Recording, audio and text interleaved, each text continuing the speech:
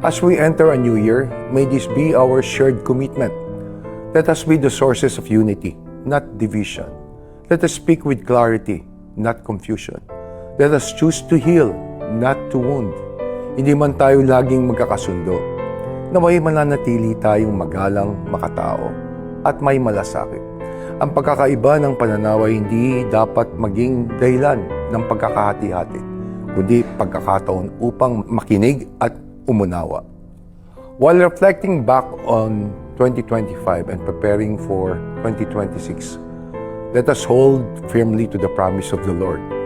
Those who hope in the Lord will renew their strength. Ito ang lakas na kailangan ng ating bansa ngayon. Lakas na nagmumula sa pag-asa, sa pananampalataya, at sa paniniwalang may magandang bukas ang Pilipinas. Gagamitin natin ang ating lakas para magkaisa at magtulungan.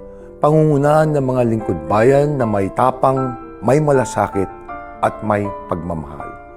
As we welcome the year 2026, may it bring us renewed hope and deeper faith.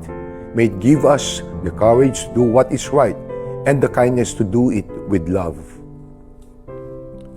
Maraming salamat po sa inyong lahat. Naway pagpalain tayo ng ating Panginoon sa ating mga gawain at patuloy niyang gabayan ang ating Kongreso at Bayan. Maligayang bagong taon sa ating lahat at mabuhay po ang sambayanang Pilipino.